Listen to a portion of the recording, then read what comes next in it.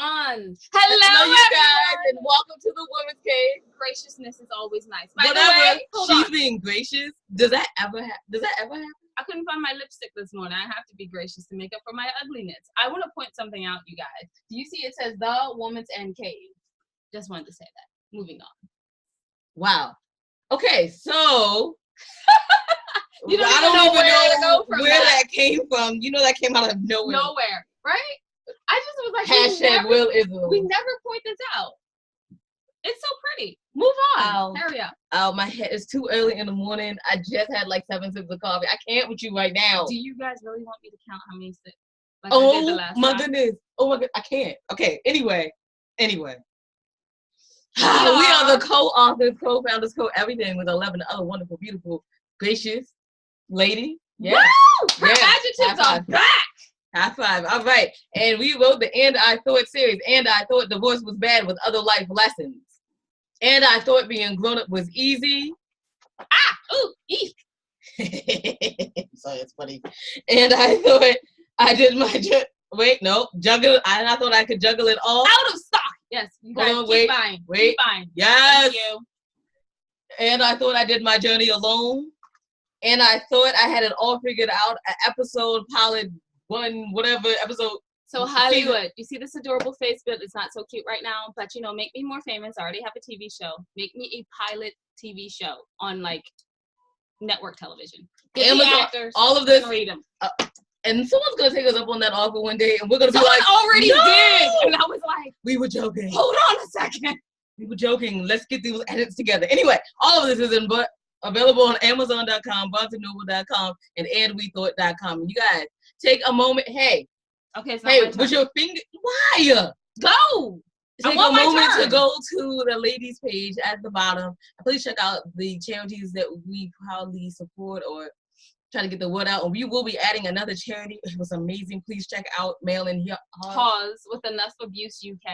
Wow, she's amazing. She does all of England and all of Europe. She's amazing. And also you can check out our docu-series on Amazon.com, Just Writing Life. Excuse me. My turn. No, it's not. Just Writing Life. And please check out episode 2, actually maybe 3. Or 4 when it comes up. You can also see us on Channel 18 in Sacramento TV. By the way, I'm Wilnona. And I'm Jade. Hey, we forgot to introduce ourselves. You know something? I'm giving a high five for professionalism. Unprofessionalism. It is back, you guys. Oh, and CD. Oh, yes, which is all, everything that we do is very authentic because Wilnona will not let me bust the budget in any way, shape, or form. Oh, yeah. Okay, but you guys aren't here to hear about us. You're here to hear about our wonderful guest, which we call, well, we're not going to say that. We're going to call her the sexy boss because that's what she wants to be known as. Would you like to introduce yourself? Well, you called me the Barbie of business. Like, that was just awesome. You are the Barbie of business, but your trademark is sexy boss. So what about looking like? It is, but something about the Barbie of business just takes me back to when I'm like 3 or something. So that was awesome. By the way, I just took pictures of us, so I can post it on my Facebook page because it was super awesome. You were super cute. So nice to meet you. Yeah, our lipstick is working this morning. It's working. Like, oh no, I just said I only have one lipstick. Okay, there. So I'm sorry. We should probably be professional. How else would you like to? Yeah, so I mean, I get the opportunity to introduce myself. That's fun. Oh my goodness. Okay, great. So, how do I do that? Do I read my own bio? Anyway, my name is Heather Havenwood. Yes, you can. I'm the Barbie of business hashtag. And sexy, a book called Sexy Boss. And basically, I've been an entrepreneur since 2001. My first business was in 2004-5, went from $0 to $1 million. I'm in the process of selling a business. We went from 0 to 1.5 million in 18 months at local business weight loss company. I'm in the middle of relaunching, and I just have a book that just came out as of like this weekend, which became number 1 on Amazon and number in the US, and then number 4 in Australia. So that was fun, right? So now, the name of the book is called Power Guesting, right? So it's really about doing this. Like, how do you share your personal story, not your resume? Because no one cares about my resume, right? No one cares about anyone's resume. I care about your resume. Your resume is awesome. Oh, thank you. But So you can go to my LinkedIn page and you could scroll forever and everything I did. But I mean, honestly, people want to hear personal stories, like how you got where you're at today, And so I think that's what the book is about. The book is how I've done over 250 interviews in the less than 24 months or something. I kind of lost count. And honestly, it's about how do I share my personal story and how you can too. And so I kind of teach people, experts, authors, speakers, how they do that, how they actually share their story versus just like, my name is, and this is what I do. Right. But that's boring. So, so that's it. So, I mean, that's who I am in the world. And you're the hello, gorgeous ladies. And I'm the Barbie. I'm the Barbie. Question. It's a silly question, so audience, don't do this.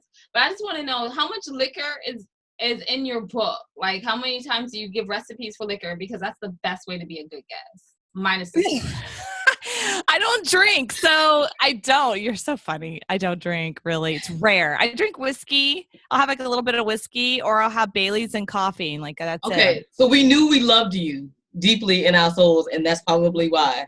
Now you're like tempting us to visit Texas, and we really don't do that. You do live in Texas, right? I live in Austin, Texas. Absolutely. It's really hot here right now. But I live in Austin, Texas. It's great. I love it here. It's wonderful. I just turned on the TV today and I noticed that the entire West Coast, I know you guys are on the West Coast, but the entire West Coast is completely inflamed right now with so many fires.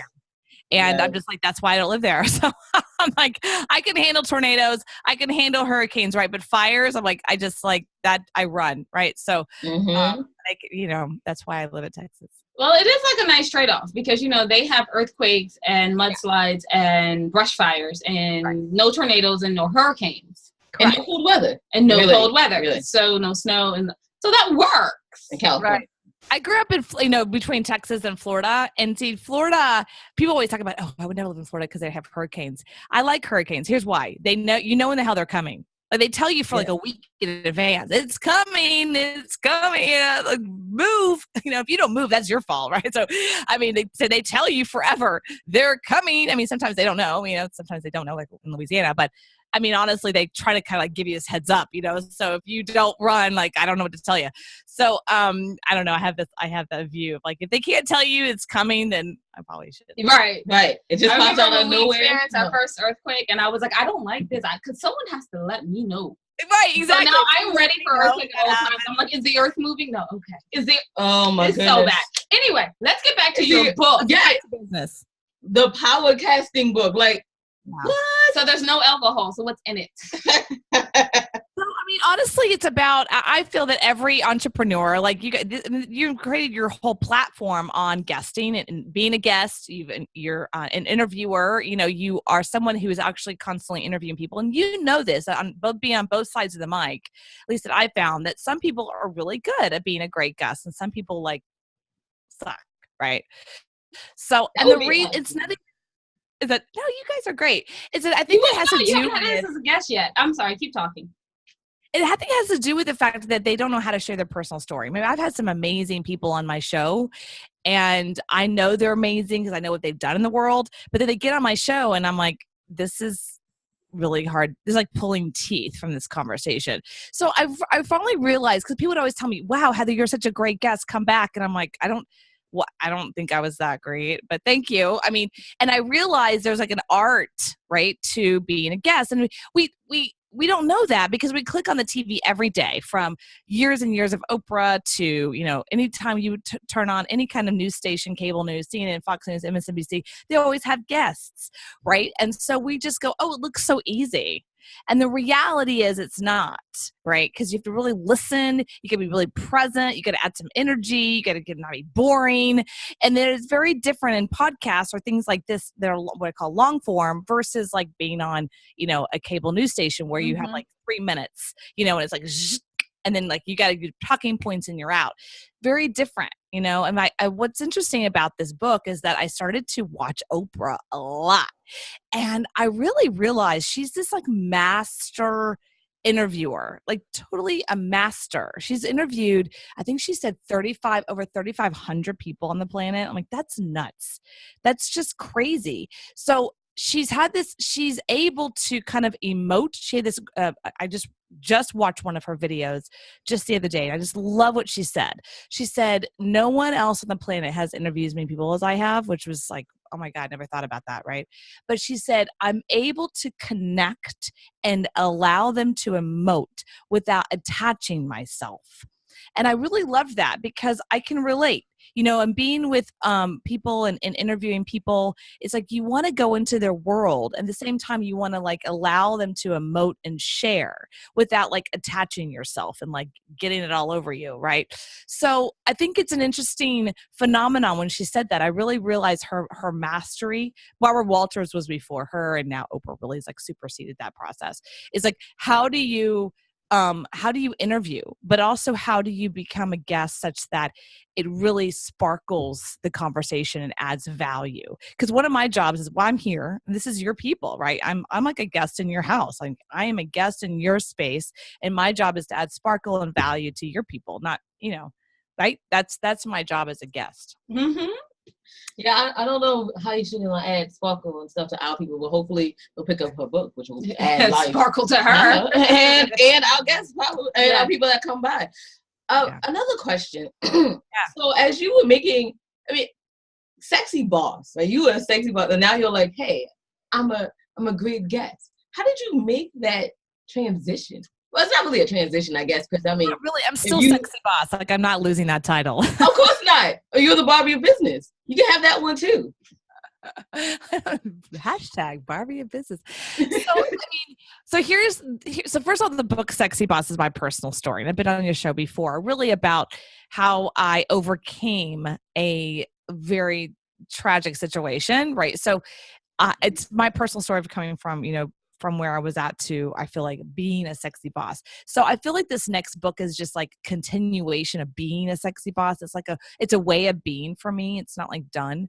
And the book Power Guesting was just, it's more of a structure of teaching people how to actually share their story. Like I said, I keep going back to that, but honestly, I can't tell you how many times, I know y'all been through this, where you have someone and you share their bio or whatever, and then all of a sudden they literally like, in 1985, I did this, and you're like, okay, like it kills the energy in the space, like it just and people want to hear what happens to how we got to where we got. And I've shared with you before, like, I started in corporate world. People go, how did you get where you're at? Mm-hmm. I started in corporate world like everybody else. I feel like everyone else. And I was number one in sales, right? I was very young. I was 25. I was the only female that was in that business-to-business sales. All the females in the office were customer support. You know what I mean? So they were customer support or customer service, and I was in sales. And when I got hired, no kidding, right? This is, swear to God, that's happened.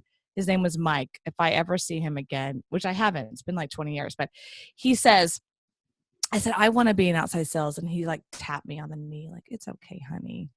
You'll be a customer service. I'm like, no, I want to be outside sales. So I kind of pushed it, and he kind of did this cute, like, okay, we'll let you do that, but don't worry, you have a job, honey, when you're like fail. And so they gave me this like always their customer service job for $8 an hour in the background. And I ended up being number one in sales, making like $120,000 a year at the young age of 25. And then I get like, I'm all like getting the pat on the head, the corporate pat on the head. Have you ever had that? Like, congratulations for making us all this money. I have never had that. Never had that. We've always owned our own business. No. Okay. Well, then we've always been the person calling shots. Sorry. So no, it's okay. So some people have experienced this, right? So it's a corporate America, like, congratulations, you made us a lot of money. And then a couple weeks later, I got fired. And I'm like, what the F-ish, right? Mm-hmm. What happened here? Because I thought, I was taught, I make them a lot of money. I make a little of that lot of money. We're like happy and stuff, right? That's how that goes. And then I get fired. And it was at that point that for me, I decided I'm never doing that again. Like you girls, y'all figured it out way before me. I didn't figure it out. So I figured it out. I'm like, okay, I'm never doing that again. So I'm always going to call my own shots from now on. And I've never really went back into the corporate world again. And I think that's part of the process, is that entrepreneurship, I think, is a journey. And I also think it finds us. We don't go seeking after it. Like it really does find us. It's like kind of a tap on the head.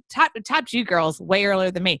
For me, I was like told, just to do this like thing, right? So I did, and I check marked it off, right? And then I'm like, I'm done with that. So I think we're second generation. We're second generation entrepreneurs, though. Okay, that's very different. Yeah, I told my mom I was going to be an entrepreneur, and here's what she did. Swear to God. So she found out through my uncle that I was becoming an entrepreneur, which was even worse. One of those like, Uncle Bob called me, kind of thing. Oh no! Yeah, and I'm like, oh jeez. So she calls me, honey, I just want to let, she's very Southern. Okay. Honey, I just want you to know, I just found you a job in Hope, Arkansas.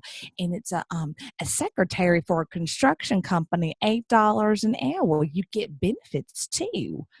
I'm like, Mom, I'm living in Orlando. I'm like making a crap load of money. Why would I do that? Well, honey, it's a job and you'd be secure and you'd be in Hope, Arkansas. I'm like, why would I go to Hope, Arkansas? Anyway, I mean, like, she's like loving me the way she's loving me, right? But at the same time, that freaked her out. It freaked her out that her baby was going to be an entrepreneur. Like, no. She might be poor, and then what's going to happen? Right. But, like, and I have been poor, right? So it's like I've been poor and then back and forth. I mean, it's part of sometimes I think it's part of the process and have to be. But I just think, I think she wanted to protect a baby. She wanted to, like, have that protection, and I totally get it. So, no. You guys are lucky. Like, you ladies are lucky that you had the second generation of, like, do this. I didn't do it. Well, I could just always speak for my mother and my father. They said that, okay, great. You want to be an entrepreneur, we'll hand you over the business. We'll hand you guys over the business, whatever. That's fine. But first, go out, work in the world, figure it out, see if you want this.